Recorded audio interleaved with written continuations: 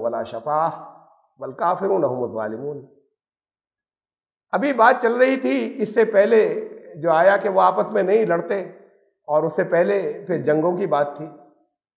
جان اور مال یہ دو چیزیں ہیں۔ یہاں پھر اب مال کا بھی ذکر کیا ایک آیت، جہاں پر بہت دور سے چلی آ رہی تھی حضرت، وہاں جنگوں کی بہت دور سے چلی آ رہی تھی، تو یہاں پھر مال کا ذکر کیا کہ اے ایمان لانے والوں، تمہیں جو کچھ بھی دیا ہے اللہ نے، جو کچھ بھی عطا کیا ہے، رزق میں سب کچھ آ جاتا ہے، صلاحیتیں بھی آ جاتی ہیں، تمہیں جو کچھ بھی اللہ نے عطا کیا ہے اس میں سے اسے روک کر مت رکھو۔ یہ پانی آپ لے کر رکھ دیجئے، پانی خراب ہو جائے گا 2 دن بعد، ایک ہی دن کے بعد اس کی کوالٹی وہ نہیں بچے گی، اس کے بعد پھر سڑ جائے گا۔ تالاب بند ہے بالکل، تو وہ تالاب سڑ جائے گا، پانی خراب ہو جائے گا۔ نیچے سے اگر ایسا ہے کہ اتنی گہرائی کا ہے، کوئی اسے لیکس کہتے ہیں، نیچے سے پانی آتا رہتا ہے، تازہ آتا رہا ہے، اوپر کا خرچ ہو رہا ہے تو ٹھیک ہے، جاری ہے، اوپر سے اسٹریم سے اچھا پانی صاف آتا چلا جا رہا ہے، بیچ میں گندگی مل رہی ہے، بہ کے آگے نکلتا چلا جا رہا ہے، رکی ہوئی چیز سڑ جاتی ہے۔ یہ جاری پانی جو اوپر سے جو آ رہا ہے وہ پاک ہوگا، رکی ہوئی ہر چیز خراب ہو جاتی ہے، سڑ جاتی ہے۔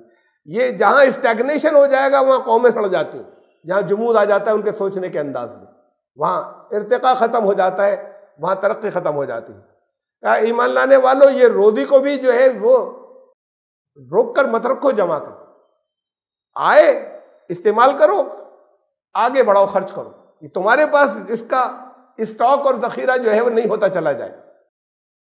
اس سے پہلے من قبل ان یاتی، یہ تمہیں کرنا ہوگا اس سے پہلے کہ وہ دن آ جائے کہ پھر اس کے بعد کہیں پیسے دے کر نہیں چھٹو گے، یہ تمہارے کام نہیں آئیں گے۔ اس دن تجارت نہیں ہوگی، لین دین کہ چپکے سے کچھ رکھ دیا ہاتھ پر، راہ میں جانے دیجئے۔ من قبل ان یاتی یوم لا بیع فیہ ولا خلۃ ولا شفاعہ، وہاں کوئی دوست بھی نہیں آئے گا، تو سب اپنی اپنی فکر میں ہوں گے، اس دن شفاعت بھی نہیں ہوگی۔ اس لفظ پہ غور کیجئے گا کہ شفاعت بھی نہیں ہوگی۔ ابھی آگے آ رہی، بالکل اس کے آگے آیت جس میں من ذا الذی، آیت الکرسی جسے آپ کہتے ہیں کہ اللہ کے حکم سے، اور تشریح اس کی میں بات کو کروں گا بات، لیکن شفاعت پر بہت تفصیل سے پیچھے سورہ بقرہ کے اندر آ چکا ہے، بہت تفصیل سے، بہت زیادہ تفصیل سے، تو اس کو دیکھنے کی ضرورت ہے اگر کسی کے ذہنوں میں کچھ ہو تو، کہ شفاعت کی کیا حقیقت ہے اور کسے کہتے ہیں، جس کا قرآن نے ذکر کیا ہے۔ یہاں تو میں اس پر اتنی ڈیٹیل سے نہیں گزروں گا چونکہ پہلے آ چکا ہے۔ تو اس دن سے پہلے کہ جس دن اب شفاعت، کوئی سفارش نہیں چلے گی، کوئی لین دین نہیں چلے گا کہ مٹھی گرم کر دی، کوئی سامنے سے وہ نہیں آئے گا کہ بڑا یارانہ ہے ان کا ہم بچانے آ گئے، کوئی نہیں آئے گا۔ اس دن سے ڈرو، اس سے پہلے یہ شروع کر دو کہ بچا کر مت، جمع کرنا مت شروع کرو، بلکہ خرچ کرنا شروع کرو، استعمال کرو، اللہ کی نعمت ہے خوب اپنے اوپر، لیکن اس کے بعد پھر اسے روک کر مت بیٹھو، یہ ورنہ وہ دن آنے والا ہے کہ پھر سنی نہیں جائے گی، نہ سفارش ہوگی، نہ کوئی دوست آگے کھڑا ہو جائے گا، اور نہ ایسا ہوگا کہ کچھ دے دلا کر چھپ جاؤ۔ اس میں بس مختصر سی اتنی بات، یہاں پر کوئی نظام اگر ایسا ہو، سسٹم، اور ہے ایسے جگہ جگہ، ایکسٹریم پر نہیں ہے، ایسے ہو کہ ہر آدمی چاہے جس سے سفارش کر کے کرا لے کچھ، چاروں طرف سفارشوں کا بازار گرم ہو، اس نظام میں کوئی شریف آدمی رہنا چاہے گا؟ ایسے تو انصاف ہے ہی نہیں، جس نے جا کے مٹھی گرم کر دی اس کی سن لی، اچھا اسے تو چھوڑیے، اللہ کے یہاں نہیں ہوگا، سفارش نہیں ہوگی۔ بات یہ ہو رہی کہ تب سفارش تو سب کی ہوگی، جس نے بھی ایک دفعہ کلمہ پڑھ لیا ہے اور منہ سے بھی نہیں کہا، اندر تھا، تب بھی ہوگی، سب کی ہوگی۔ اس چیز نے جتنا مسلمانوں کو برباد کیا اتنا کسی چیز نے نہیں کیا ہے۔ جب ہوگی اور سب بچ جائیں گے تو پھر ضرورت کیا ہے ایکشن کی اور ضرورت کیا ہے عمل کی؟ تو بچنا ہی ہے، بس اس کو بڑھاتے چلے جاؤ اور لوگوں کے اندر ڈالتے چلے جاؤ کہ سن لو سو تمہاری سب کی آل راؤنڈ سب کی ہو جائے گی سفارش اور سب بچ جاؤ گے۔ تو سفارش کا نظام جہاں پر اتنا ایسا ہو جائے کہ اس کے اندر ہر مجرم کی سفارش کرنے والے آ جائیں، اس سسٹم کے اندر کوئی اپنے آپ کو محفوظ نہیں محسوس کرے گا۔ اور نظام ایسا ہو کوئی کہ جس کے اندر ہر ایک جانتا ہو یہاں سفارش نہیں چلے گی، وہاں لوگ سکون سے ہوں گے۔ یہاں مجرموں کی کوئی سفارش نہیں، چاہے جو جتنا بڑا ہو، چاہے جتنی پاور رکھتا ہو، کسی مجرم کی سفارش یہاں نہیں ہوگی تو اس کے اندر عوام بہت سکون سے رہیں گے، خوش رہیں گے کہ نہیں، یہاں مجرم اگر کسی نے جرم کیا پکڑا جائے گا، سفارش نہیں چلے گی۔ یہ تو سیدھی سی بات اپنے سسٹم کے اندر غور کر لیں، اپنے اندر کو غور کر لیں۔ تفصیلات وہ جو احادیث ہیں وہ سب حدیثیں میں نے اس میں سے بہت سی حدیثیں میں نے رکھ کے کمپیئر کی تھی اور بیان کی تھی، اسے وہاں جا کر آپ کو دیکھنا ہوگا، یہاں پر اس کا وقت نہیں ہے۔ آیت نمبر 48 کے اندر یہ گزر چکی سورہ بقرہ کی آیت نمبر 48، بہت تفصیل سے شفاعت کے اوپر وہاں پر بات ہوئی تھی۔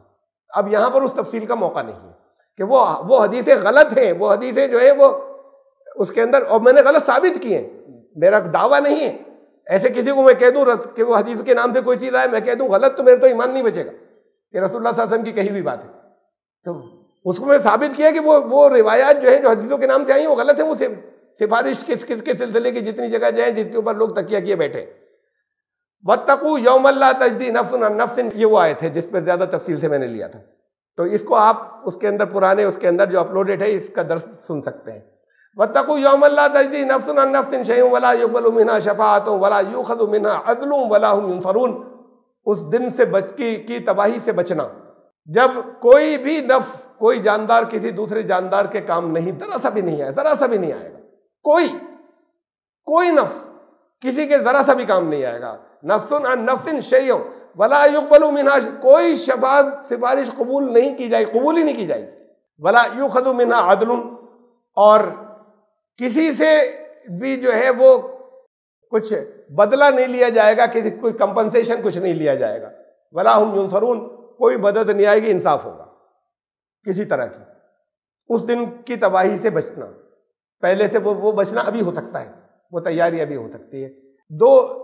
سورہ بقرہ کی آیت نمبر 123، یعنی یہ بات 2 جگہ گزر چکی، پہلے آگے اور بھی کہی گئی ہے، یہ جو آج 254 چل رہی ہے، اس سے پہلے 2 جگہ صاف لفظوں میں آ چکی جس کی تشریحات گزر چکی، اور آگے قرآن میں اور آئے گی کئی جگہ۔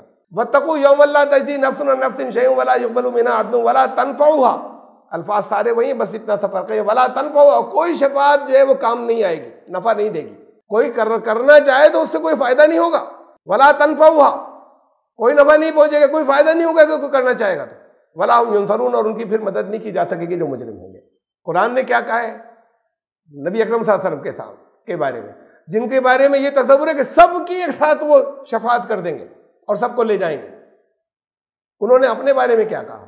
اپنے بارے میں قل، اللہ نے کہا ان کو بتا دو، اعلان کر دو، انی اخاف ان عصیت ربی عذاب یوم عظیم، میں ڈرتا ہوں اگر خلاف ورزی کروں تو اللہ کے عذاب سے۔ جو اللہ نے کہا ہے مجھ سے اگر اس کی میں خلاف ورزی کروں تو میں ڈروں گا، میں بھی نہیں بچوں گا، یہ اعلان کروایا قرآن میں۔ جو ایسا کوئی شخص جو اونچے سٹیٹس پر ہو کسی نظام کے اندر، اور وہ ہر ایک اس کی یہ سفارش کرے گا تو مان لی جائے گی، وہ میں چاہے جتنے جرم کروں یہ بچا سکتا ہے، وہ کہہ رہے ہیں میں جرم کروں نہیں بچوں گا۔ پہلی چیز تو یہ کہ خود بچ جائے اگر جرم کرے تو، کہ اگر جرم بھی کرے گا تو اس کو کچھ نہیں ہوگا، تو خود اس کا یہ سٹیٹس ہو وہ تو دوسروں کو بچائے گا نا۔ کہا تم یہ اعلان کر دو کہ اگر میں نافرمانی کروں، نہیں کی انہوں نے کبھی، لیکن یہ بتا دو لا یہ ہے، میرا سٹیٹس یہ ہے کہ کبھی نہیں کرتا، نبی نہیں کرتے، نہیں کریں گے، لیکن سٹیٹس بھی یہ ہے کہ اگر میں کروں خلاف ورزی تو میں بھی اللہ کے عذاب سے ڈرتا ہوں، رعایت میرے ساتھ بھی نہیں ہوگی، دوسروں کو کیسے بچا دیں گے؟